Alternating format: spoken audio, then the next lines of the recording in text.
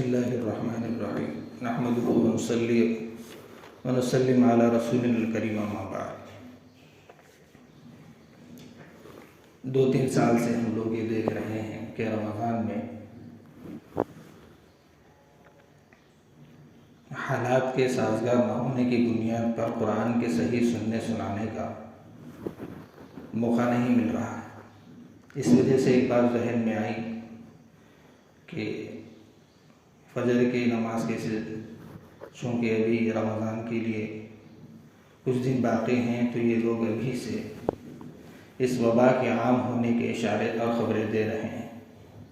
شاید اس مرتبہ بھی قرآن کے سننے اور سنانے کا صحیح موقع نہ ملے۔ اللہ نہ کرے، اگر یہ بندوں کی طرف سے ہے تو یہ سازش ہے، اور اگر اللہ کی جانب سے ہے تو یہ ایک آزمائش ہے۔ اللہ نے، اللہ کے رسول صلی اللہ علیہ وسلم نے دونوں سے بھی پناہ مانگنے کے لیے کہا ہے۔ اب چونکہ اب ہمارے پاس رمضان کے لیے اگر اس مہینے کو 29 دن اور 2-3 مہینے باقی رہ گئے، تو اگر 29 اور 30 کے حساب سے بھی اگر لے لیں تو ہمارے پاس 80 دن باقی ہیں۔ تو 80 دن کے اندر اب ہمارے پاس جو ہے 540 رکوع ہیں،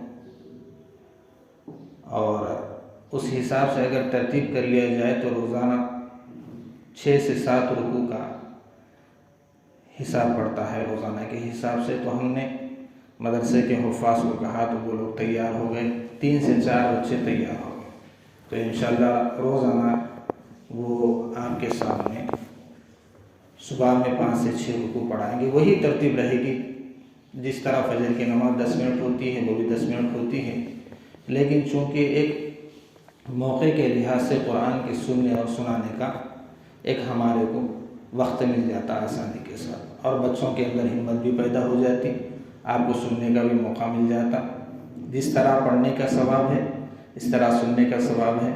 یہاں تک کہ علماء نے لکھا ہے کہ اگر پڑھنے والوں کو دل کی نگاہ سے اور عزت کی نگاہ سے دیکھا جائے تو اللہ تعالیٰ اپنی نسل میں حفاظ اور علماء کو پیدا کرتا ہے۔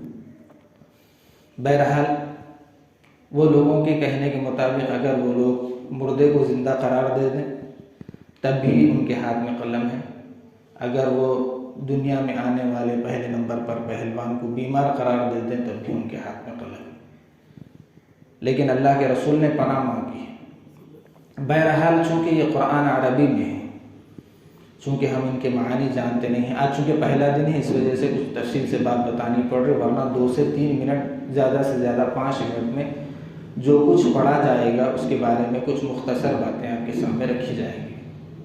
اور دوسری بات یہ ہے کہ جو فجر بعد کتاب کا سلسلہ جاری تھا فضائل اعمال، اس کو انشاءاللہ آج سے عصر کے بعد پڑھا جائے گا۔ اس کو نہیں، البتہ جمعہ کے دن چونکہ اللہ کے رسول صلی اللہ علیہ وسلم کی سنت تھی سورہ سجدہ اور سورہ دہر، وہ انشاءاللہ اس کا سلسلہ جاری رہے گا۔ اس دن فجر میں فضائل اعمال، فضائل درود شریف پڑھے جائیں گے۔ اب چونکہ عربی میں قرآن ہونے کی وجہ سے ہم لوگ سمجھ نہیں پاتے، تو اس وجہ سے کچھ باتیں اردو میں علماء نے لکھی ہیں کہ انہی کی نقل کی ہوئی باتیں ہم آپ کے سامنے رکھیں گے۔ چونکہ پہلے قرآن جو کہ الگ الگ تھا، الگ الگ حصوں میں بٹا ہوا تھا، پہلے ہڈیوں پہ لکھ لیتے تھے، کہیں درخت کے پتوں پہ لکھ لیتے تھے، کبھی ادھر ادھر لکھتے تھے، لیکن حضرت ابوبکر صدیق رضی اللہ تعالیٰ عنہ کا زمانہ، اللہ کے رسول صلی اللہ علیہ وسلم دنیا سے وفات پانے کے بعد حضرت ابوبکر صدیق کا زمانہ ہے۔ حضرت عمر رضی اللہ تعالیٰ عنہ کے ذہن میں یہ بات آئی، ایک جنگ ہوئی، جنگ یمامہ، جن کے اندر 70 صحابہ جو حفاظ تھے، جید حافظ تھے، شہید ہو گئے۔ ایک بہانے سے لے جا کر کفار اور منافقین ان کو شہید کر دی۔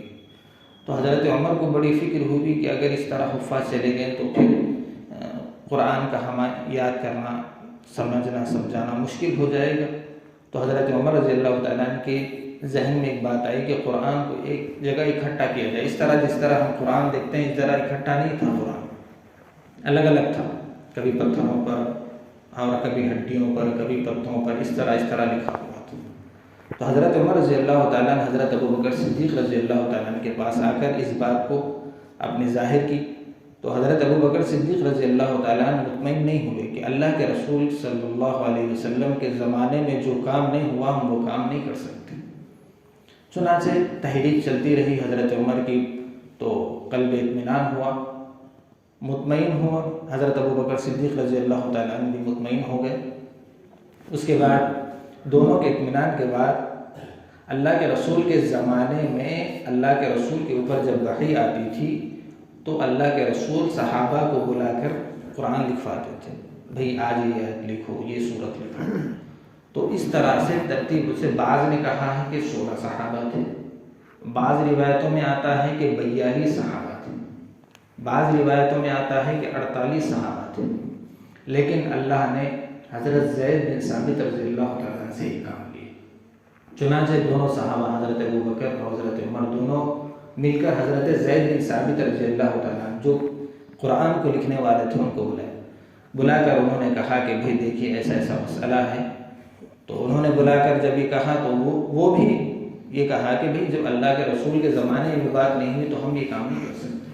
حالانکہ اس وقت بڑے بڑے صحابہ موجود تھے، حضرت عثمان، حضرت علی، حضرت معاویہ، ایسے بڑے بڑے صحابہ موجود تھے، لیکن حضرت زید بن ثابت رضی اللہ تعالیٰ عنہ سے اللہ نے کام لینا تھا لیا۔ بعد میں ان کو بھی شرح صدر ہوا۔ حضرت زید رضی اللہ تعالیٰ عنہ ہاں واقعتاً ایسا ہونا چاہیے کہ آگے آنے والے لوگوں کو کوئی دقت اور پریشانی نہ ہو۔ چنانچہ انہوں نے کہا اس وقت کا مسئلہ ایسا تھا کہ پہاڑ کو اگر راستے سے ہٹانا اگر کہا جائے تو ہمارے لیے آسان تھا، لیکن قرآن کو ایک جگہ کرنا بڑا مشکل تھا، چونکہ حالات تھے، تقاضے تھے اور ساری چیزیں تھیں۔ اس کے اندر بعض آیتیں منسوخ ہو چکی تھیں، بعض آیتیں ناسخ تھیں، یعنی پہلے نازل ہوئی تھی بعد میں اس کو ہٹا دیا گیا، تو اس کو قرآن کا ایک جگہ جمع کرنا بڑی مشکل تھا۔ لہذا جب ہم جمع کی، حضرت زید بن ثابت رضی اللہ تعالیٰ عنہ مدینے کے رہنے والے تھے، قبیلہ خزرج، بنو نجار ان کا قبیلہ تھا، 11 سال کی عمر میں اسلام لے کر آئے اور تقریباً 45 سمجھ کہ ان کی جو ہیں کہ ان کی وفات جو ہے 55 سال کی عمر میں وفات ہوئی، 45 ہجری، 55 سال کی عمر میں حضرت کی وفات ہوئی۔ اور سب سے پہلے جس وقت لڑائی ہو گئی تھی اللہ کے رسول کے جانے کے بعد صحابہ کے درمیان میں خلیفہ کس کو بننا ہے، تو حضرت زید بن ثابت ہی ایسے شخص ہیں جو سب سے پہلے مہاجرین یعنی حضرت ابو بکر صدیق رضی اللہ تعالیٰ عنہ کے ہاتھ پر بیٹھ کر کے سارے لوگوں کی لڑائی کو ختم کر دیے تھے۔ بہرحال یہ زید بن ثابت رضی اللہ تعالیٰ عنہ، ابھی اس کے اندر جو ہے قرآن میں جو ہے تقریباً آپ دیکھیے 114 صورتیں ہیں، رکوع 540 ہیں، بعض 558 بھی بتلاتے ہیں، اور آیتیں 6666 ہیں۔ اور مکہ میں جو نازل ہوئی آیتیں اس کو مکی کہلاتی ہیں اور صورتیں بھی مکی کہلاتی ہیں، بعض زیادتی کی بنیاد پر، اور جو مدینے میں نازل ہوئی اس کو مدنی صورت بولتے ہیں، اور بہت سارے کاتبین وحی تھے۔ اب اس کے لیے قرآن کے ترجمے کو بیان کرنے کے لیے آپ کو کچھ باتیں بتاتا ہوں۔ قرآن کا ترجمہ ہر شخص ہر کس و ناقص نہیں کر سکتا، جیسا ہمارے پاس اب عام رواج چل پڑا ہے کہ دستی بنے آ کے کتاب لے کے ٹھہر گئے ممبر کے پاس، ایسا نہیں ہو سکتا۔ قرآن کے ترجمے کے لیے تقریباً 15 علوم کی اس زمانے میں ضرورت ہے۔ ایک تو ہے لغات جس کو ہم گرامر بولتے ہیں، عربی کی گرامر جاننا۔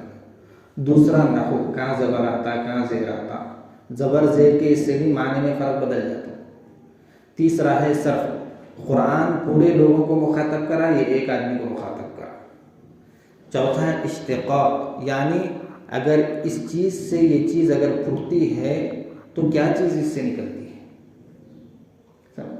علم معانی ہے، علم بدیع ہے، علم بیان ہے، اور اس کے پڑھنے کا طریقہ ہے، اور اس سے نکلنے والے مسائل ہیں، اور اس کے نازل کس وجہ سے ہوئے، کون سی آیتیں منسوخ ہیں، کون سی آیتیں لکھی جانے والی ہیں، کون سی آیتیں نہیں لکھی جانے والی ہیں، یہ چیزوں کا جاننا ضروری ہے۔ اور دوسری بات کہ ان احادیث کو بھی جاننا ضروری ہے کہ جو آیتیں مختصر ہیں، مختصر آیتیں ہیں، تو ان کی تفسیر کے لیے کون سی حدیثیں آئی ہیں؟ سب سے اہم چیز اللہ رب العزت کی طرف سے علم وہابی ہے کہ اللہ رب العزت کچھ ایسی باتیں بندوں کے دلوں میں ڈالتا ہے کہ جس سے قرآن کی آیتیں واضح ہو جاتی ہیں۔ بہرحال ایسی چیزوں کا جاننا ضروری ہے۔ اس کے اندر علم عقائد کا جاننا بھی ضروری ہے کہ عقیدہ مسلمانوں کا کیا ہے۔ تو ان ساری چیزوں کا علم ہونے کے بعد آدمی ترجمے کے لیے آگے بڑھ سکتا ہے، جیسا آج کل ہمارے زمانے میں ہے ایسا نہیں۔ بہرحال اس سے سننے والا سنانے والا دونوں وقت بھی بے لگام ہونے کی وجہ سے راستے سے ہٹ سکنے کی امید ہے۔ اللہ ہم سب کی حفاظت فرمائے اور مدد فرمائے۔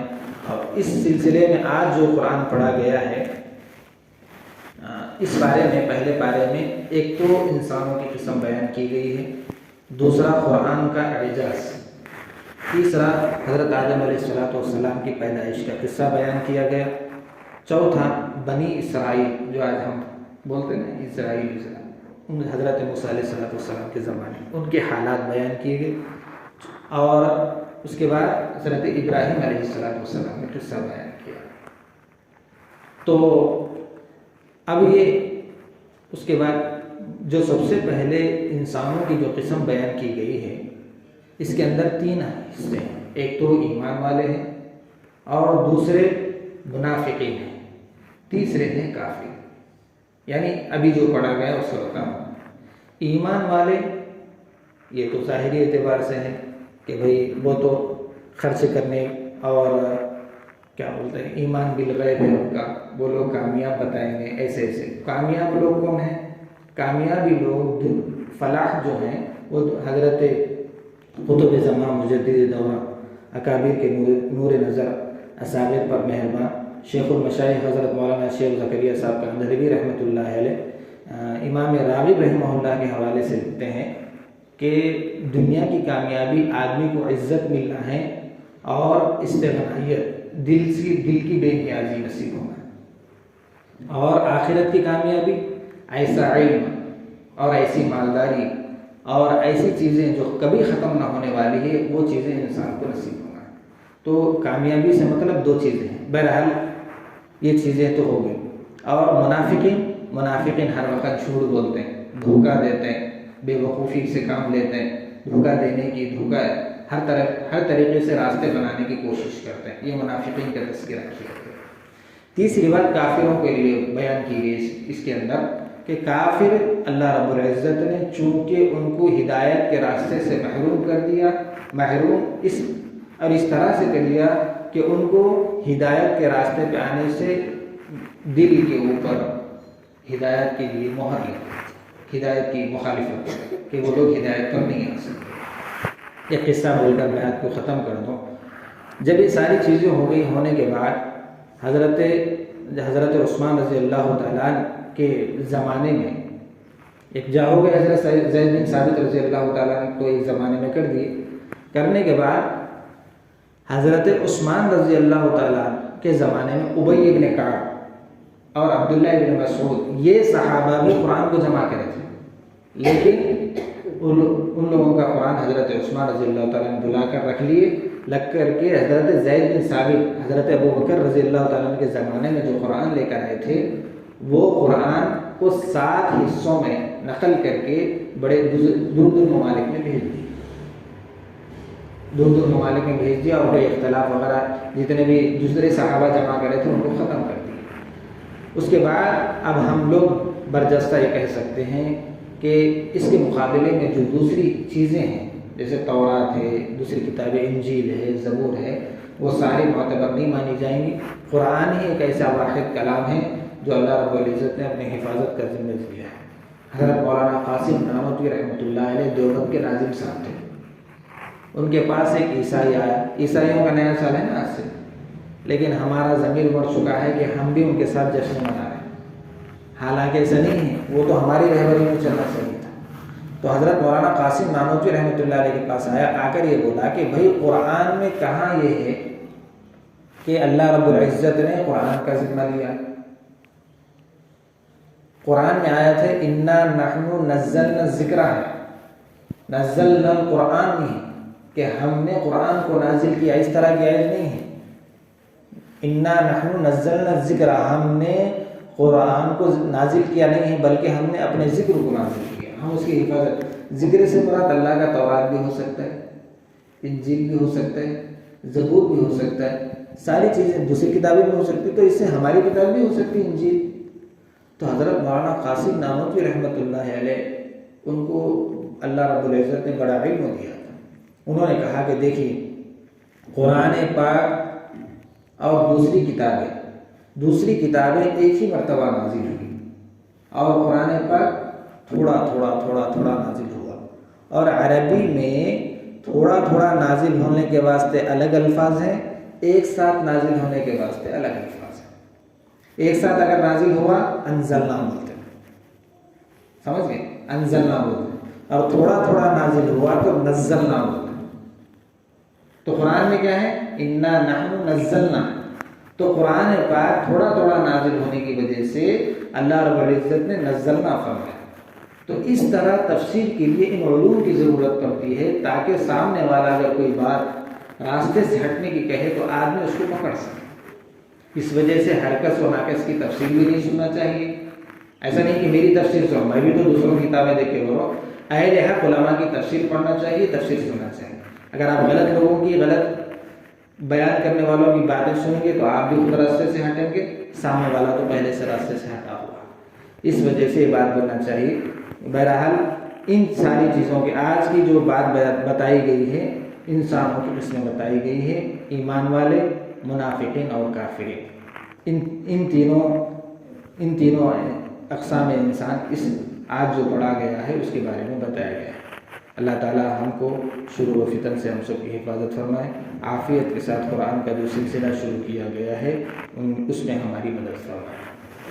اللهم لك الحمد ولك الشكر كله، اللهم صل على محمد وعلى آل محمد بارك وسلم، ربنا آتنا في الدنيا حسنة وفي الآخرة حسنة وقنا عذاب النار، اللهم احفظنا من كل بلاء الدنيا وعذاب القبر وعذاب الآخرة، اللهم إنا نسألك الهدى والتقى والعفاف والغنى، يا رب صل وسلم دائما أبدا على حبيبك خير الخلق كلهم، سبحان ربك رب العزة عما يصفون وسلام على المرسلين والحمد لله